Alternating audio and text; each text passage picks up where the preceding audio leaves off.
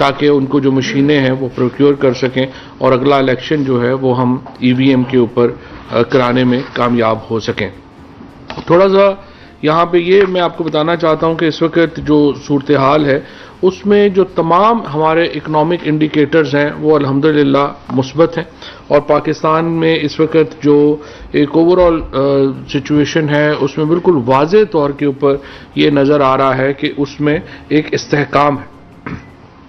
जो आज सुबह जिस तरह से प्राइम मिनिस्टर साहब का भी और ये हमने इसके ऊपर जो है वो मैंने ट्वीट भी किया था कि अब तक जो फॉरेन डेट पेमेंट है वो अकेली ही तकरीबन 12.27 बिलियन की है और जो 2023 में हम करेंगे वो भी तकरीबन 12.5 बिलियन की होंगी, तो 55 अरब डॉलर हम वापस कर चुके हैं। ये नवाज शरीफ और जरदारी का लिया हुआ कर्जा है, 55 बिलियन डॉलर कर्जा जो है वो हमने वापस जो है वो करना है 5 सालों में। इससे आप अंदाज़ा लगा लें कि जो लोग ये आज बैठ के हमें भाषण दे रहे हैं कि मईशत कैसे मैनेज करनी है, उन्होंने मईशत जो है वो कैसे मैनेज की। आज पाकिस्तान में जो वेल्थ क्रिएशन है वो अल्हम्दुलिल्लाह उसमें बड़ी बेहतरी आ रही है। आज जो टेक्सटाइल सेक्टर है उसमें 30% ग्रोथ है। आईटी की जो इंक्रीज़ है वो पिछले साल एक्सपोर्ट की 47% थी, इस साल अभी 38% के ऊपर जो है वो पहुंच गई है। हमें उम्मीद है कि ये साल ख़त्म होने तक डबल होगी। इसी तरीके से जो डायरेक्ट टैक्सेस हैं स्पेशली इनकम टैक्स में जो है वो 31% जो है वो इजाफा हुआ है और जो तमाम फसलें हैं हमारी उन्होंने रिकॉर्ड जो पैदावार है वो दिखाई है। और जो करंट एक्सपेंडिचर है वो बड़ा है, लेकिन उसमें जो मेन खर्चा है हमारा वो दो है। एक तो हमने जो वैक्सीन मंगवाई है और उसका एक बहुत बड़ा खर्चा जो है वो हमने किया है और अल्हम्दुलिल्लाह पाकिस्तान जो है इस वक्त वैक्सीन में बाकी ममालिक से बहुत आगे है। कोरोना की जंग जिस तरह पाकिस्तान ने लड़ी है, जाहिर है कि उसका कोई और मुकाबला नहीं है। और दूसरा बड़ा खर्चा जो 134 अरब रुपए हमने जो ये आईपीपीज हैं इनको पेमेंट की हैं और आईपीपीज को पेमेंट करने इसलिए करनी पड़ी हैं कि ये वो सौदे हैं जो कि शहबाज शरीफ और नवाज शरीफ के दौर में हुए।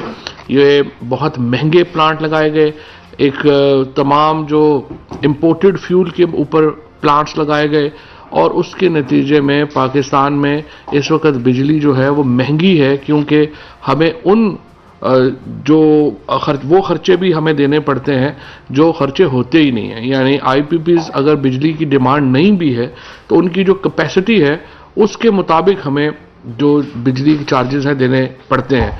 मसलन अगर एक आईपीपी जो है वो 100 मेगावाट बिजली बना सकती है लेकिन हमें ज़रूरत 25 मेगावाट की है, तो हम 25 मेगावाट का उसको पैसे नहीं देते, हम 100 मेगावाट के पैसे देते हैं। तो आप अंदाज़ा लगा लें कि कितना बड़ा एक इन्होंने जिस किस्म के इस वक्त उस वक्त वो मुआहदे किए उसके नतीजे में पाकिस्तान का कितना बड़ा नुकसान जो है वो मुसलसल होता जा रहा है और 2023 में तो ये अपनी पीक के ऊपर पहुंच जाएगा और हमें और भी अरबों रुपया जो है वो इसमें देना पड़ेगा। कॉटन जो है उसमें 19.5% जो फसल है उसमें इजाफा हुआ है। तकरीबन हम समझिए कि इस वक्त 8.5 million metric ton bale 8.5 million bales जो हैं वो हम प्रोड्यूस करेंगे। चावल जो है वो हम 8.8 मिलियन टन जो है वो इसमें हमने पैदा किया है, जो 4.8% ज़्यादा है पिछले साल से। और ये चावल की पाकिस्तान की तारीख की सबसे बड़ी फसल है जो इस साल हमें मिली है। इस तरह से जो गन्ना है वो 88.1 मिलियन टन प्रोडक्शन हुई है, 8.7% इजाफा हुआ है और ये भी पाकिस्तान की तारीख का सबसे बड़ा है। गंदुम और मकई जो थी वो पिछले साल आपको पता है कि 27.3 मिलियन मैट्रिक टन थी और जो मकई है वो 8.5 मिलियन मैट्रिक टन थी। ये भी दोनों फसलें जो हैं वो अपनी तारीख की सबसे बड़ी जो हैं फसलें थी। इसके साथ हमारे यहाँ इसी को रिफ्लेक्ट जो होता है वो हमारी आज जो ऑटो पॉलिसी जो नई दी गई है उसमें भी रिफ्लेक्ट होता है। हम अभी इस वक्त 2,40,000 गाड़ियां जो है वो पाकिस्तान बना रहा है। हमारा टारगेट ये है कि हम इनको 5 लाख गाड़ियों के ऊपर ले जाएं।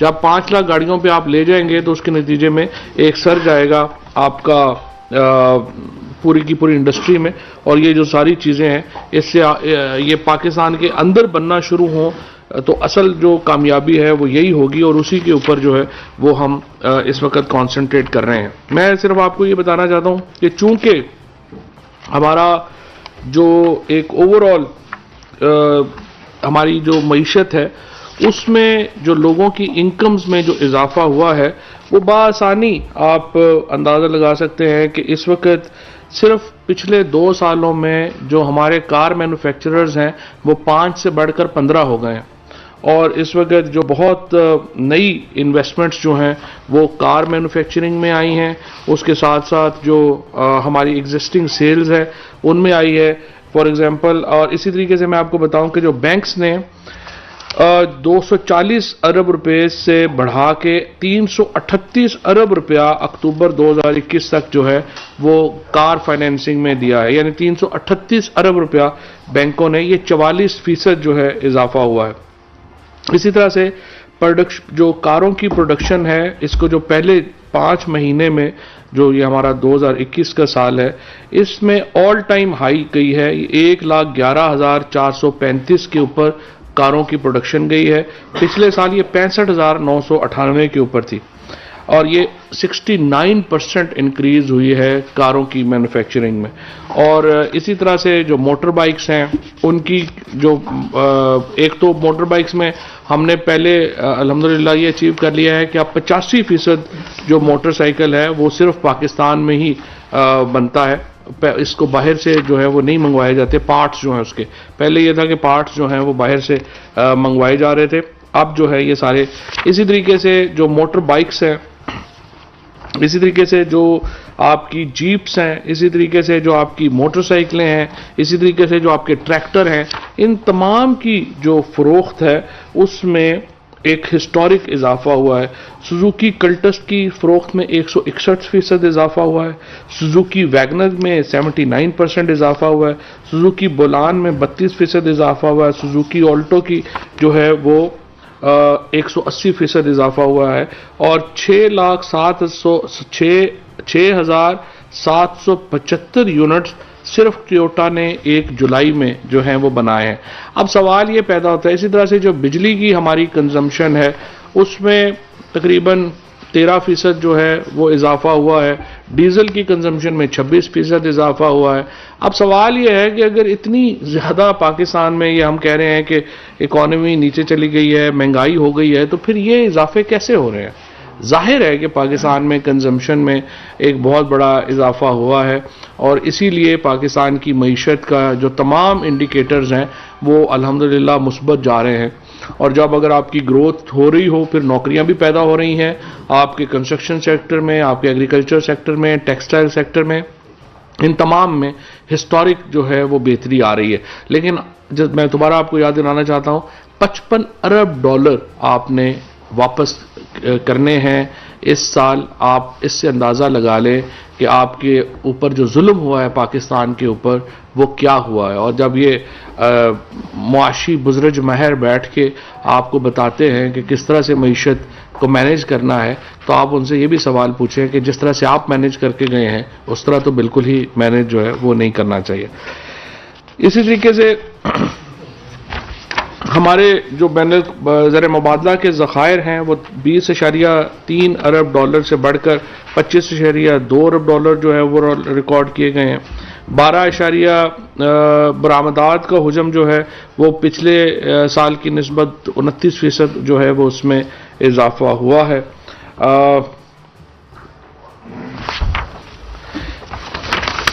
अच्छा, प्राइवेट जो कारोबार है उसमें 44% इजाफा हुआ। मैं आपको यहाँ पे ये भी बात बताना चाहता हूँ, इस वक्त पाकिस्तान में जो कुल कंपनियां हैं वो तकरीबन 2 लाख हैं। 2 लाख कंपनियां हैं जो SCCP के साथ रजिस्टर्ड हैं। इन 2 लाख में से 1,50,000 कंपनियां पिछले 3 सालों में बनी हैं। तो आप अंदाज़ा लगा सकते हैं कि बिजनेसेस जो हैं वो किस कदर ग्रो किए हैं पाकिस्तान में, कि जहां पे 2 लाख टोटल कंपनियां हैं उनमें से 1.5 लाख कंपनियां पिछले 3 सालों में जो है वो बनी है और यहाँ पे जो कारोबार है वो हो रहा है।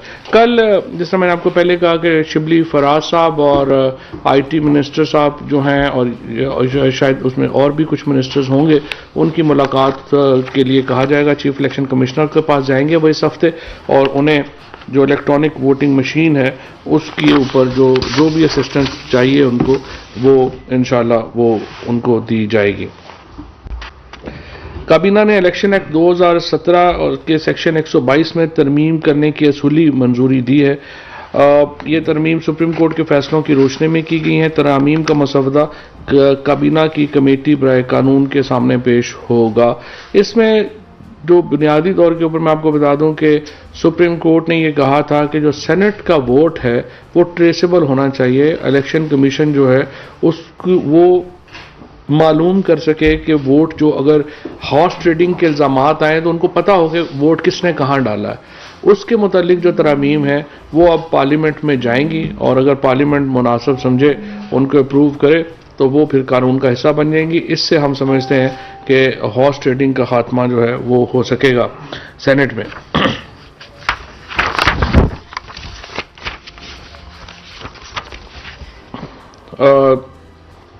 जो एस्टैब्लिशमेंट डिवीजन की एक समरी थी, daily wages ad hoc temporary contract मुलाजमीन के मुतालिक, वो हाई कोर्ट ने कहा था कि उसको कैबिनेट के सामने पेश किया जाए, उसको कैबिनेट के सामने पेश किया गया है। इसी तरीके से जो एक्स पोस्ट फैक्टो मंजूरी दी गई है कर्जों की जो दिसंबर 2020 से नवंबर 2021 के दौरान हासिल किए गए, ये तकरीबन 3.98 बिलियन के कर्जे थे जिनके एक्स पोस्ट फैक्टो मंजूरी जो है वो दी गई है।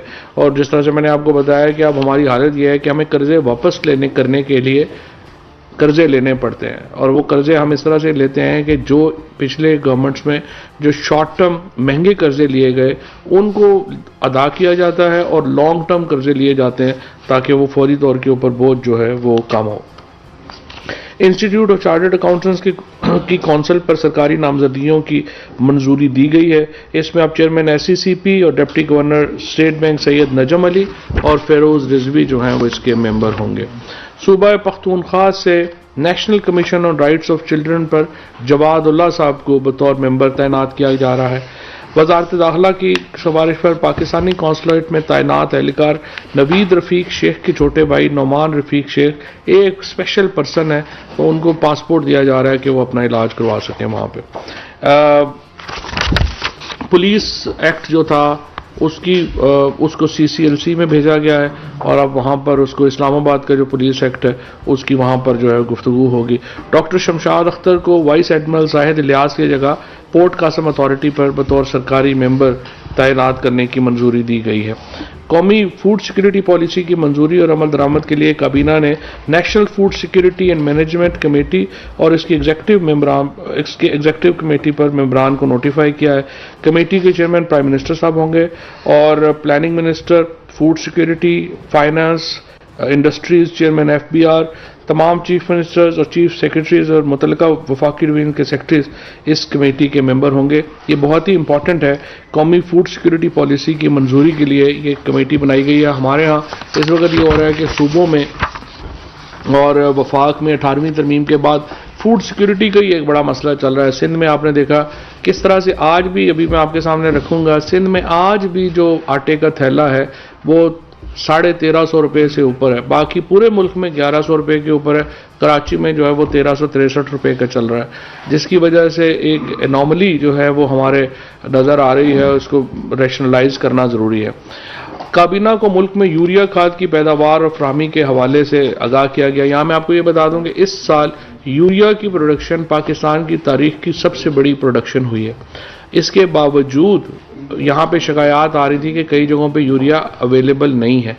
इस वक्त बाहर जो बैरून मुल्क इस वक्त जो इंटरनेशनल प्राइस है वो 10,000 रुपया बैग है, हमारे यहाँ 1700-1800 रुपया बैग है। कल फर्टिलाइजर कमेटी की मीटिंग प्राइम मिनिस्टर साहब ने कहा है कि उसको रखा जाए और उसमें जो भी मुश्किलात हैं खाद से मुतल्लिक उनको दूर किया जाए। लेकिन जिस तरह से मैंने आपको पहले अर्ज किया, किसान को 1100 अरब रुपए की इजाफी आमदनी हुई है और एग्रीकल्चर सेक्टर विल रिमेन इंशाअल्लाह आवर प्रायोरिटी सेक्टर।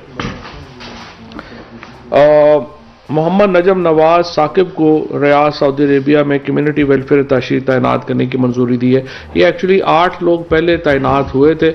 एक जो साहब थे उन्होंने इसको वो मंजूरी जो है वो कमर्शियल अताशी अपॉइंट होने के बाद बाहर नहीं गए, तो उनकी जगह के ऊपर इनको नजम नवाज साकिब जो हैं इनको वहाँ पे अपॉइंट किया जा रहा है। एनर्जी मिनिस्ट्री की सिफारिश पर इखलाक अहमद सैयद साहब को जेनेको होल्डिंग कंपनी के बोर्ड ऑफ डायरेक्टर्स पर बतौर इंडिपेंडेंट मेंबर जो है वो नामजद किया गया है।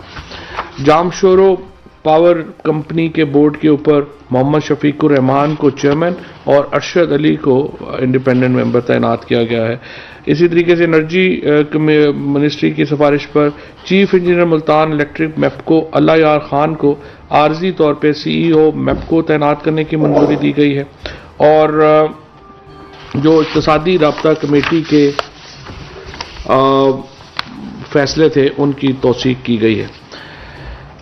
जो और इसी तरीके से जो वजारत कानून के जो CLC के जो एजेंडा था उसकी भी मंजूरी दी गई है।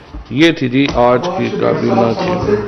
सर, KPK के इलेक्शन में जो कुछ हुआ उस पर क्या कंसर्न्स हैं और क्या आइंदा की हिकमत अमली है? आपकी तरफ से भी ट्वीट हुआ, प्राइम मिनिस्टर की तरफ से भी हुआ। देखिए, आज तो वफाकी काबीना की मीटिंग थी, कोई उसकी जो हमारी एक कोर कमेटी की मीटिंग नहीं थी, लिहाजा उसके ऊपर इंशाल्लाह कोर कमेटी की मीटिंग में गुफ्तगू होगी।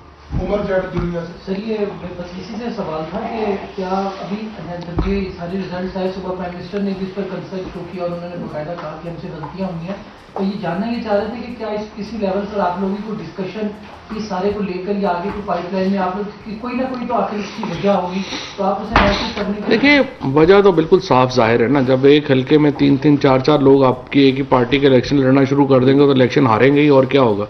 तो यहाँ पे भी ज़्यादातर जगहों के ऊपर तो यही हुआ है कि टिकट्स जो हैं वो किसी को मिले हैं, 2-2, 3-3 लोग जो हैं वो इलेक्शन खड़े हो गए हैं। हमारे MNA MPS कुछ नहीं है। ये तो हर हल्के की अपनी मैनेजमेंट करनी पड़ती है और वो मैनेजमेंट के इश्यूज़ की वजह से ज़्यादातर इलेक्शन जो है वो KP में हारे हैं। लेकिन एक बार फिर देखें, साबित यही हुआ है कि सिर्फ PTI ही मुल्कगीर जमात है, बाकी तो लोकल जमातें हैं।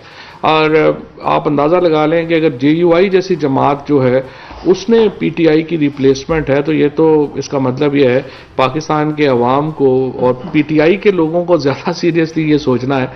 PTI अगर इस मुल्क में नहीं होगी तो एक तो मुल्क में कोई कौमी जमात नहीं होगी, और दूसरी बात यह है कि फिर जो मजहबी शिद्दत पसंद जमातें हैं जैसे JUI है, जमीयत उलमा इस्लाम का जो जिस किस्म का इन्होंने 2002 में भी आपको मालूम है खैबर पख्तूनख्वा में इन्होंने तालीम को तबाह कर दिया था, इन्होंने फाइनेंस को तबाह कर दिया। सो बड़ी बदकिस्मती है कि हमारी गलतियों की वजह से एक ऐसी सियासी जमात जो है वहाँ पर एक नोटिस हुई है जिसको असूली तौर के ऊपर ख़त्म होना चाहिए था। जो हम इधर देखते हैं TLP का उभरना या जमीयत, इससे तो पाकिस्तान अल्टीमेटली नीचे जाएगा। नून लीग और PMLN का तो आपको पता चल गया कि उनकी तो कोई हैसियत नहीं है मुल्क की। सो PTI और इमरान खान ही वो वाहिद लीडर है और PTI वो वाहिद लीडर है जो एक हमागिरियत देती है मुल्क को, एक वफाकी जमात की हैसियत और एक वफाकी लीडर है। अगर ये नीचे जाते हैं और इस तरह के बोने जो हैं उनको मौका मिलता है कि वो अपना कद बड़ा करें, तो मेरा ये ख्याल है कि इससे पाकिस्तान को नुकसान होगा। और ये PTI के जो लीडरशिप है, PTI के जो वर्कर्स हैं, उनके ऊपर ये फ़र्ज़ है कि वो अपने छोटे मुफादात को ऊपर से पुश डालें और इमरान खान को मजबूत करें, क्योंकि इमरान खान के बग़ैर पाकिस्तान की जो सियासत है वो एक बड़ी, मैं तो समझता हूँ कि बड़ी एक टुकड़ों में बढ़ जाएगी। और हर जगह के ऊपर जो मरियम नवाज़ जैसे बोने, जो पीपल्स पार्टी की लीडरशिप है, जो जमीयत उलमा इस्लाम की लीडरशिप है, इस तरह के जो छोटे छोटे लोग हैं जिनका अपना कोई कद नहीं है और जो सिर्फ इमरान खान के ऊपर तनकीद करके अपना कद बनाने की कोशिश कर रहे हैं, इस तरह के बोनों को मौका मिलेगा कि वो बड़े हों। और मुझे उम्मीद है पीपल्स PTI के जो हमारे कारकुनान हैं और हमारे जो लीडरशिप है वो इस सूरत हाल से सबक सीखेगी और अपने आप को मुनज़्ज़म करेगी। चौधरी साहब, बिलाशुबा बहुत बड़ी कामयाबी है OIC की जो कॉन्फ्रेंस पाकिस्तान में हुई है। OIC की कॉन्फ्रेंस के अंदर 2 मुश्तरका अलामियाँ जारी हुई, एक अल-कुद्स के हवाले से और एक अफगानिस्तान के हवाले से। क्या वजह है कि कश्मीर के बारे में बात नहीं हुई इस ओआईसी का? बात तो वज़ीर आज़म साहब ने की थी कश्मीर की, लेकिन ओआईसी का इजलास जो है वो जो मार्च में होने जा रहा है वो कश्मीर उसका एक बहुत इंटेग्रल पार्ट है। तो चूंकि मार्च में वो होने जा रहा है तो इसलिए कश्मीर को मार्च के लिए रखा गया। जी साहब, आपने बताया कि यूरिया की तारीखी प्रोडक्शन होगी, लेकिन अगर ऑन ग्राउंड देखें तो किसानों को ब्लैक में मिल रही है 1200 की बोरी, 1800 में मिल रही है। किसान 1200 की तो सरकारी बोरी भी नहीं है, ये तो मैं किसने कह दिया? 1200 तक मिल रही है। 70 वही तो 1200 की बोरी 1800 की मिल रही है, तो किसान परेशान है। लेकिन 1200 की तो बोरी है ही नहीं, कौन कह रहा है 1200 की बोरी? और साथ में दूसरा सवाल कि 92 ने अपना ही रेट कर देता। 1200 में थी ना, 1200 का रेट 92 ने अपना, सरकारी रेट 1700। अच्छा, दूसरा सवाल ये कि अफगानिस्तान में तालिबान आए। अच्छा, ये पहले सवाल का जवाब मैं पहले दे रहा हूँ। पहले ना देखें, पहली बात तो ये है कि आप देखें कि पिछले 2 हफ्तों में यूरिया की कीमत में 10 रुपए तक की कमी आई है और इस वक्त जो 1863 रुपए से कीमत कम होकर के अब तो तकरीबन 1842 रुपए के ऊपर जो है रह गई है। लेकिन इंटरनेशनल प्राइस इस वक्त क्या है? इंटरनेशनल प्राइस इस वक्त 10,000 रुपए बोरी है। तो आप कंपैरिजन करें कि हमने कितना अपने किसान को फायदा दिया है इंटरनेशनल प्राइस से। अगर आपको मंगवानी पड़ जाती तो आपको लग पता जाता। तो ये जो एक बड़ी, मैं समझता हूँ, एनर्जी मिनिस्ट्री ने और इंडस्ट्रीज मिनिस्ट्रीज ने जो आपस में एक लाइजन क्रिएट किया, जिसकी वजह से किसान एक बहुत बड़े खर्चे से बच गया है। और ये जो यूरिया है उसकी अवेलेबिलिटी जो अब तो खैर वैसे ही, चूंकि यूरिया पानी के साथ आएगा, क्योंकि जहाँ जहाँ पानी लगता है वहाँ वहाँ यूरिया चाहिए, तो वह चूंकि पानी सब जगहों पे इकट्ठा नहीं लगता, तो इसलिए अब यूरिया की कमी नहीं रहेगी।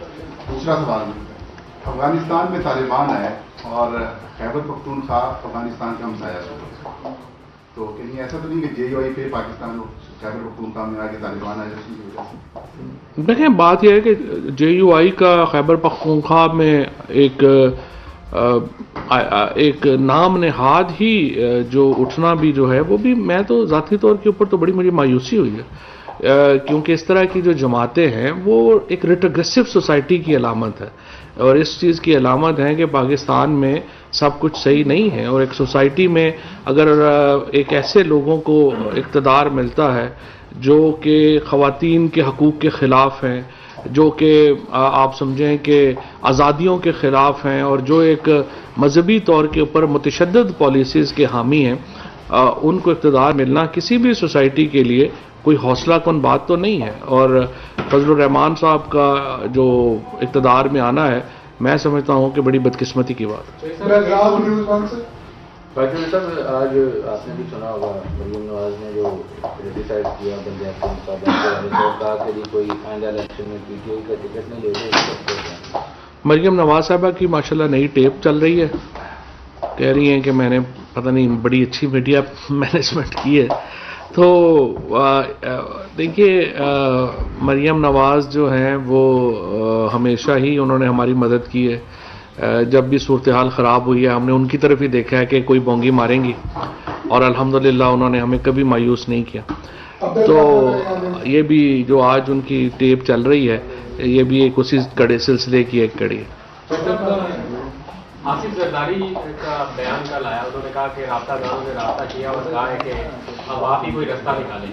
और दूसरा, कुछ डील्स की बात एक बार फिर से सरगर्म हुई है आज़ाद और इमरान खान के हवाले से, इस पर क्या कहेंगे? आसिफ जरदारी बड़े अरसे बाद नजर आए स्टेटमेंट, जो राब्ते हो रहे हैं। आज़ाद जरदारी साहब की जो गुफ्तगू थी उससे तो मुझे बड़ी मायूसी झलकती नज़र आई है। यूँ लग रहा है कि जरदारी साहब जो हैं उनको डील नहीं मिली, अदरवाइज़ अगर डील मिल गई होती तो जलसों में इस तरह की बातें नहीं करते। जलसों में इस तरह की बातें वो करते हैं जिनकी ख्वाहिशें पूरी नहीं होती। तो जरदारी साहब की भी मुझे लगता है कि ख्वाहिश पूरी नहीं हुई और इसलिए वो अब फ़ौज के ऊपर, देखिए इनका क्या है, एक दिन अगर डील की उम्मीद लग जाए तो ये सारे जो हैं वो पॉलिश लेके पहुंच जाते हैं, अगले दिन जो है वो इनकी उम्मीद ख़त्म हो जाए तो ये सारे जो हैं ये ऑल फॉल बकने लगते हैं। तो इनकी सियासत यही है, लोगों में तो इनकी सियासत है नहीं, सो इसलिए ये इसी तरीके से इसी तनख्वाह में काम करेंगे। सर एक तो आपने कहा जमात है, क्या मैं पाकिस्तान की वो जमात है, मेरा उससे भी ताल्लुक हूँ, आपने उसको शिद्दत पसंद करा दिया तो आपको चाहिए कि उसको इलेक्शन कमीशन से आप उसको डिसीजन दिलवाएं। और दूसरी बात ये है कि आपने कहा कि छुपाई जमातें बाकी वो भी किसी दौर में फांसी जमातें नजर आती थी, उनके वजह भी यहीं बैठते थे, तो क्या लगता है कि पीटीआई तो नहीं इलाका जमात बन जाएगी? पीटीआई अकेली कौमी जमात गुज़श्ता जो आपने बताया था कि सर्दियों के मौसम में जो जितनी ज्यादा बिजली इस्तेमाल करेगा उससे रिलीज किया जाएगा, लेकिन गुज़श्ता हफ्तों में हमने देखा कि 4.5 रुपए यूनिट बिजली महंगी होगी है, तो किस तरह से हुकूमत रिलीज देगी? नहीं, बिजली महंगी नहीं हुई है, वो सिर्फ जो फ्यूल एडजस्टमेंट चार्जेस हैं 1 महीने के वो बढ़े हैं। मसलन अक्टूबर के लिए 4 रुपए 70 पैसे 4 रुपए 30 पैसे आपने फ्यूल एडजस्टमेंट चार्जेस किए हैं। अब चूंकि पेट्रोल गिर गया आगे आपको जो है वो सस्ता हो जाएगा, वो फ्यूल एडजस्टमेंट चार्जेस हैं, बिजली नहीं बढ़ी। YouTube पर Google TV देखने के लिए youtube.com की सर्च बार में Google TV टाइप करें। Google TV के पेज पर सुर्ख रंग के सब्सक्रिप्शन वाले बटन पर क्लिक करना ना भूलिए। YouTube पर अपलोड होने वाली वीडियो से बाखबर रहने के लिए बेल आइकॉन पर क्लिक कीजिए। आपको हर नई आने वाली वीडियो के बारे में नोटिफिकेशन मौसूल हो जाएगा।